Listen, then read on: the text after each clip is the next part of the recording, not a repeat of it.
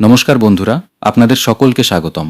আপনারা পশ্চিমবঙ্গের গ্রাম পঞ্চায়েত জেলা অঞ্চলের সর্বশেষ এবং বড় খবরটি দেখছেন। 2026 সালে নব মুখ্যমন্ত্রী কি কি নিয়ম বাস্তবায়ন করেছেন, আর বাংলার মহিলারা প্রতি মাসে 3,000 টাকা কবে পাবেন, যুবক যুবতীরা কবে প্রতি মাসে 3,000 টাকা পাবেন, এই প্রতিটি বিষয় বিস্তারিতভাবে জানুন। আর পশ্চিমবাংলার বিশেষ বিশেষ খবরগুলো জানার জন্য চ্যানেলটি সাবস্ক্রাইব করুন এবং ভিডিওটি লাইক করে আপনি কোথা থেকে ভিডিওটি দেখছেন কমেন্টে জানান। ধন্যবাদ। কোনো দল টাকা চাইবে না, সমস্যা হলেই পুলিশকে জানান। বণিক সভার মঞ্চে বার্তা শ্রমিকের নাম না করে খোঁচা সৌরভকেও। সরকার বদলেছে, এবার রাজ্যে ভয়মুক্ত শিল্পের পরিবেশ তৈরি হবে। রাজ্য তথা দেশের শিল্পপতিদের পশ্চিমবঙ্গে বিনিয়োগের আহ্বান জানালেন রাজ্য বিজেপি সভাপতি শ্রমিক ভট্টাচার্য। একই সঙ্গে এও জানান পশ্চিমবঙ্গে শিল্প করতে গেলে কোনো রাজনৈতিক দলকে টাকা দিতে হবে না। তাঁর বক্তৃতায় উঠে এসেছে টলিউডের অচলাবস্থার কথা। পাশাপাশি নাম না করে শিল্পপতি সৌরভ গঙ্গোপাধ্যায়কেও খোঁচা দিয়েছেন শ্রমিক। মঙ্গলবার একটি বণিক সভার অনুষ্ঠানে অতিথি হিসাবে উপস্থিত ছিলেন শ্রমিক। সেই অনুষ্ঠানে যেমন ছিলেন শিল্পপতিরা, তেমন ছিলেন টলিউডের কলাকুশলীরাও। সেই সভায় শ্রমিকের বক্তৃতায় উঠে এসেছে পশ্চিমবঙ্গের শিল্পের দুরবস্থার কথা। রাজ্য বিজেপির সভাপতির মতে এখানে মেধার বিকাশের কোনো সুযোগ নেই। অতীতের প্রভাবশালী মন্ত্রী তদন্ত প্রভাবিত করতে পারেন, বলল ইডি। সুজিতকে 10 দিনের হেফাজতে পাঠাল আদালত। রাজ্যের প্রাক্তন মন্ত্রী সুজিত বসুকে হেফাজতে নিতে চেয়ে আবেদন করল এনফোর্সমেন্ট ডিরেক্টরেট ইডি। তাদের আইনজীবী আদালতে সওয়াল করে জানান, অতিমারির সময়ে সুজিতদের রেস্তোরাঁ বন্ধ থাকলেও কোটি টাকার উপর লেনদেন হয়েছে। তিনি প্রভাবশালী ছিলেন, এখন তিনি ছাড়া পেলে তদন্ত প্রভাবিত করবেন বলে ইডির আশঙ্কা। তাদের তরফে সুজিতকে 10 দিনের জন্য হেফাজতে নিতে চেয়ে আবেদন করা হয়। সুজিতের আইনজীবীর প্রশ্ন, 2022-23 সালের নথির ভিত্তিতে কেন এখন গ্রেফতার করা হচ্ছে তাঁর মক্কেলকে? সিবিআই পুরনিয়োগ মামলায় যে চার্জশিট দিয়েছে তাতেও সুজিতের নাম নেই বলে সওয়াল করেছেন তাঁর আইনজীবী। আদালত কেন্দ্রীয় তদন্তকারী সংস্থার আবেদন মেনে 10 দিনের ইডি হেফাজতের নির্দেশ দিল। হুগলি এবং নদিয়ায় 2 তৃণমূল কর্মীর মৃত্যু। মারধরের অভিযোগ বিজেপির বিরুদ্ধে, মোদি শাহ চুপ কেন, প্রশ্ন তুললেন অভিষেক। রাজ্যে 2 কর্মীর মৃত্যুতে বিজেপির বিরুদ্ধে অভিযোগের আঙুল তুলল তৃণমূল। তৃণমূলের সর্বভারতীয় সভাপতি অভিষেক বন্দ্যোপাধ্যায় এক্স হ্যান্ডলে ওই 2 কর্মীর নাম ঠিকানা দিয়ে হামলার অভিযোগ তুলেছেন বিজেপির বিরুদ্ধে। তৃণমূলের অভিযোগ, হুগলির সপ্তগ্রাম বিধানসভার পোলবা দাঁতপুর ব্লকে তাঁদের এক কর্মীর উপর চড়াও হয় বিজেপি আশ্রিত দুষ্কৃতীরা। গুরুতর জখম হয়ে আরজিকর হাসপাতালে ভর্তি ছিলেন। চিকিৎসা চলাকালীন তাঁর মৃত্যু হয়েছে। মৃত ওই তৃণমূল কর্মীর নাম সোমনাথ আচার্য। অন্যদিকে নদিয়ার চাকদহ বিধানসভার চাকদহ ব্লকে তপন শিকদার নামে এক তৃণমূল কর্মীকে মারধর করা হয়েছে বলে অভিযোগ। তাঁকেও আরজিকর হাসপাতালে ভর্তি করানো হয়েছিল। হাওড়া পুরসভার ভোটের জট খুলতে কথা হল মুখ্যমন্ত্রী শুভেন্দু এবং পুরমন্ত্রী অগ্নিমিত্রার জটিলতা কাটিয়ে নির্বাচন চায় রাজ্য। দীর্ঘ 8 বছর ধরে আটকে রয়েছে হাওড়া পুরসভার নির্বাচন। শনিবার মুখ্যমন্ত্রী পদে শপথ নেওয়ার পর সোমবার থেকেই কাজ শুরু করেছেন মুখ্যমন্ত্রী শুভেন্দু অধিকারী। ওই দিনই রাজ্যের পুর ও নগরোন্নয়ন মন্ত্রীর দায়িত্ব পেয়েছেন আসানসোল দক্ষিণের দুবারের বিধায়ক অগ্নিমিত্রা পাল। দায়িত্বভার গ্রহণের পরেই হাওড়ার পুর নির্বাচন নিয়ে কথা হয়েছে শুভেন্দু অগ্নিমিত্রার। 2011 সালে তৃণমূল ক্ষমতায় আসার পর 2013 সালে শেষবার হাওড়া পুরসভার নির্বাচন হয়েছিল। 2018 সালে ওই পুরসভার মেয়াদ শেষ হয়ে গেলেও ভোট হয়নি। এক্ষেত্রে অভিযোগ, 8 বছরের ব্যবধানে দুবার পুর নির্বাচন হওয়ার নির্ঘণ্ট ছিল। কিন্তু নির্দিষ্ট সময় নির্বাচন করার বদলে প্রশাসক চাপিয়ে হাওড়া পুরসভার পুর পরিষেবা দিতে ব্যর্থ হয়েছে তৃণমূল পরিচালিত সরকার। সম্ভবত বিচার বিভাগীয় কমিশন গড়ছে রাজ্য সরকার। আরজিকর মামলা থেকে এবার সরে দাঁড়াল বিচারপতি মান্থার বেঞ্চ। আরজিকর হাসপাতালে চিকিৎসক ছাত্রীর ধর্ষণ ও খুনের মামলা থেকে সরে দাঁড়াল বিচারপতি রাজাশেখর মান্থার বেঞ্চ। ডিভিশন বেঞ্চের পর্যবেক্ষণ, এই আদালতে মামলার আধিক্য রয়েছে। রাজ্য সরকার সম্ভবত একটি জুডিশিয়াল কমিশন গড়ছে। সুবিচারের স্বার্থে যে ডিভিশন বেঞ্চ পর্যাপ্ত সময় দিতে পারবে, সেই বেঞ্চে মামলার শুনানি হতে পারে বলে আমরা মনে করছি। সিবিআই মঙ্গলবার স্টেটাস রিপোর্ট পেশ করে কলকাতা হাইকোর্টে। সেই রিপোর্ট আদালত গ্রহণ করো। আগের শুনানিতে বিচারপতি মান্থার বেঞ্চ জানিয়েছিল, আরজিকর মামলায় যদি প্রয়োজন হয় সিবিআই নতুন করে সাজাপ্রাপ্ত এবং অন্য সন্দেহভাজনদের জিজ্ঞাসাবাদ করতে পারবে। পশ্চিমবঙ্গের ভাই বোনেদের কল্যাণই সবকিছুর আগে।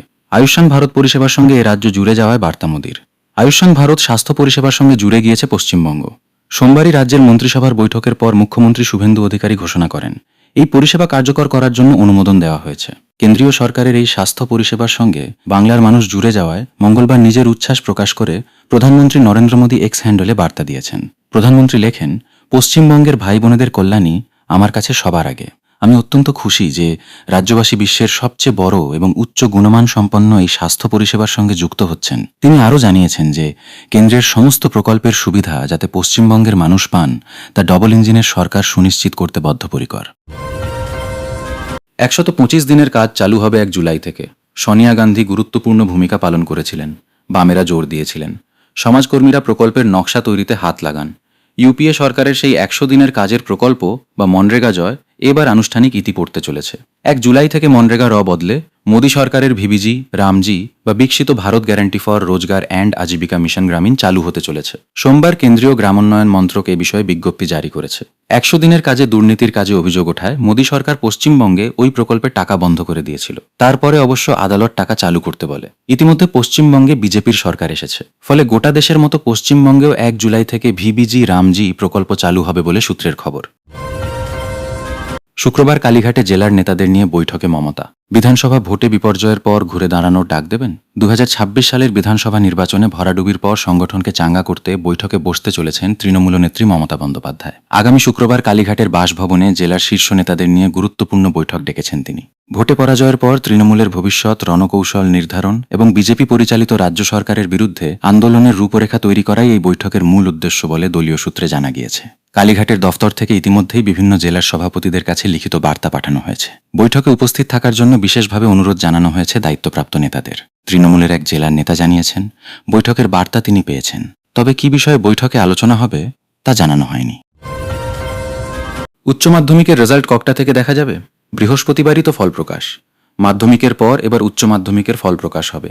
আগামী 14 মে উচ্চ মাধ্যমিক 2026 ফল প্রকাশ হতে পারে বলে জানা গেছে। সকাল 10:30টায় ফল প্রকাশ করতে পারে উচ্চ মাধ্যমিক শিক্ষা সংসদ। সকাল 11টা থেকে পরীক্ষার্থীরা সংসদের ওয়েবসাইট ও অ্যাপ মারফত ফল জানতে পারবেন। পরীক্ষার 85 দিনের মাথায় উচ্চ মাধ্যমিক পরীক্ষার ফল প্রকাশ পেতে চলেছে। চলতি বছর 12 ফেব্রুয়ারি রুয়ারি উচ্চ মাধ্যমিকের পরীক্ষা শুরু হয়, শেষ হয় 27 ফেব্রুয়ারি রুয়ারি। এবছর প্রায় 7,10,000 মোট পরীক্ষার্থী ছিল। চলতি বছরে উচ্চ মাধ্যমিকের চতুর্থ সেমেস্টার, তৃতীয় সেমেস্টারের সাপ্লিমেন্টারি, পুরনো সিলেবাসে পরীক্ষা দিয়েছে পরীক্ষার্থীরা। মেসিকাণ্ডের ফাইল চেয়ে পাঠালেন ক্রীড়ামন্ত্রী নিশীথ। বললেন, খতিয়ে দেখে ব্যবস্থা নেব। কলকাতায় মেসিকাণ্ডের ফাইল খোলা হবে, এমনটাই বললেন রাজ্যে নতুন ক্রীড়ামন্ত্রী নিশীথ প্রামাণিক। জানালেন, ঘটনার সমস্ত ফাইল তলব করা হয়েছে, বিষয়টি খতিয়ে দেখে তদন্ত হবে, তারপরই পরবর্তী পদক্ষেপ। সংবাদ মাধ্যমকে দেওয়া সাক্ষাৎকারে নিশীথ বলেন, ওই ঘটনাটি বড় ধরনের বিশৃঙ্খলা ছিল। আমি ইতিমধ্যেই ফাইল চেয়েছি, সবকিছু খতিয়ে দেখে তদন্ত করা হবে, তারপর বোঝা যাবে ঠিক কি ভুল হয়েছিল এবং পরবর্তী পদক্ষেপ কি হওয়া উচিত। ক্রীড়ামন্ত্রীর আরও অভিযোগ, কেন্দ্রীয় সরকারের বিভিন্ন ক্রীড়া প্রতিযোগিতা এবং প্রকল্পের ক্ষেত্রে পশ্চিমবঙ্গ সরকার সহযোগিতা করেনি। তাঁর দাবি, প্রতিটি কেন্দ্রীয় ক্রীড়া ইভেন্টেই কোনো না কোনোভাবে আটকে দেওয়া হয়েছে। রাজ্য সরকার সব সময় কেন্দ্রীয় প্রকল্পগুলি এড়িয়ে গিয়েছে। কাঁটাতারে ভয় নেই, বিএসএফকে জমি দেওয়ার ঘোষণার পরই শুভেন্দুকে হুঁশিয়ারি বাংলাদেশের। মুখ্যমন্ত্রী শুভেন্দু অধিকারীর ঘোষণা করেছিলেন কাঁটাতারের জন্য জমি দেওয়ার 45 দিনের মধ্যেই জমি হস্তান্তর করা হবে জানিয়েছিলেন। সীমান্তে কাঁটাতার দেওয়ার প্রসঙ্গে কি বলছে পড়শি দেশ? বাংলাদেশের প্রধানমন্ত্রীর বৈদেশিক বিষয়ক উপদেষ্টা এম হুমায়ুন কবির দাবি করেন, কাঁটাতারে ভয় নেই। সীমান্ত সুরক্ষায় আরও মানবিক দৃষ্টিভঙ্গি গ্রহণের জন্য বাংলাদেশ ভারতকে আহ্বান জানিয়েছে। সোমবার হুমায়ুন বলেছেন, বাংলাদেশ কাঁটাতারকে ভয় নেই, তবে হুঁশিয়ারি দিয়েছেন, ভারত বাংলাদেশ সীমান্তে হত্যাকাণ্ড চলতে থাকলে ঢাকা চুপ থাকবে না। ঢাকা জানিয়েছে, পশ্চিমবঙ্গ সরকার নির্বাচনী বাগাড়ম্বরকে নীতিতে পরিণত করে কি না তা তারা দেখবে। পঞ্চায়েতে অনেক নাটক হয়, মাঠে নেমে সমাধান করব, জানালেন দিলীপ ঘোষ। শুভেন্দু অধিকারীর ক্যাবিনেটের মন্ত্রী হয়েছেন দিলীপ ঘোষ। তাঁকে পঞ্চায়েত ও গ্রামোন্নয়ন ও প্রাণী সম্পদ দফতরের দায়িত্ব দেওয়া হয়েছে। আর দায়িত্ব পেয়েই মাঠে নেমে পড়েছেন দিলীপ ঘোষ। প্রথমেই পঞ্চায়েত দফতরে যান, সেখানে গিয়ে সকলের সঙ্গে কথা বলেন। অভিযোগ করেন, পঞ্চায়েত দফতরে লোকই নেই, দীর্ঘদিন কোনো নিয়োগ হয়নি। একই সঙ্গে তিনি জানান, ঘরে বসে থাকার লোক তিনি নন, মাঠে নেমেই কাজ করবেন, সব সমস্যার সমাধান করবেন।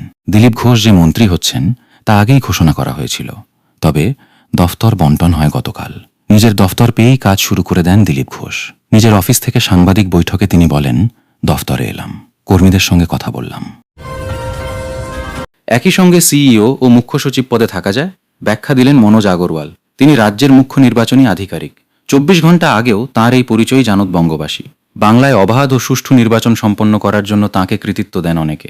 রাজ্যের সেই মুখ্য নির্বাচনী আধিকারিক মনোজ আগরওয়ালই এখন মুখ্য সচিব। তাহলে কি এখন একসঙ্গে দুটি পদে রয়েছেন তিনি? তা কি সম্ভব? টিভি নয় বাংলায় এক্সক্লুসিভ সাক্ষাৎকারে সেই প্রশ্নের উত্তর দিলেন মনোজ আগরওয়াল। সোমবার মুখ্য সচিব হিসেবে নিযুক্ত হলেও এখনও রাজ্যের মুখ্য নির্বাচনী আধিকারিক পদে রয়েছেন মনোজ আগরওয়াল।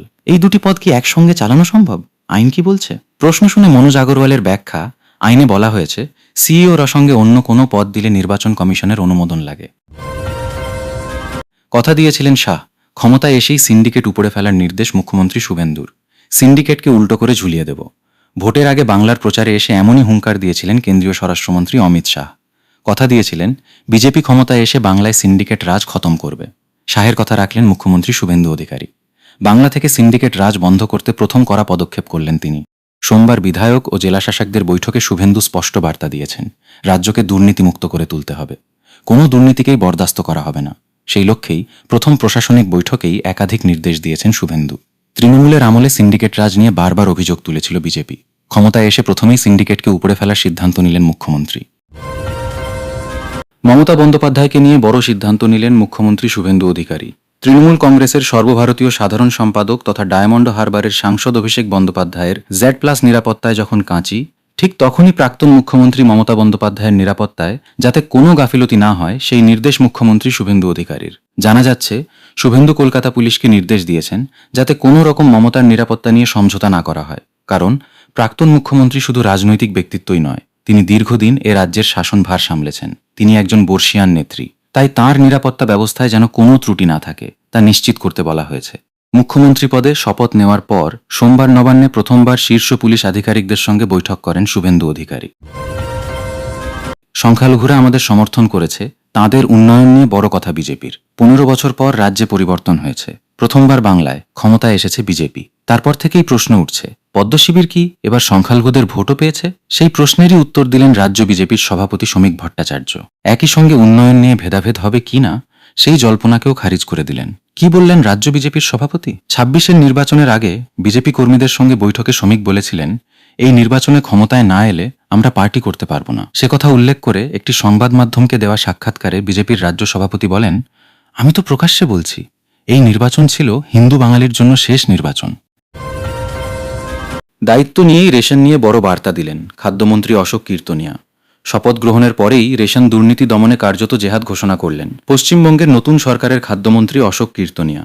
মঙ্গলবার খাদ্য দফতরের দায়িত্ব নিয়েই তিনি সাফ জানিয়ে দিলেন, না খাউঙ্গা না কিসিকো খানে দুঙ্গা। দুর্নীতির শিকড় যত গভীরেই থাকুক না কেন তা উপড়ে ফেলাই তাঁর প্রথম লক্ষ্য বলে স্পষ্ট করে দিলেন অশোক কীর্তনিয়া।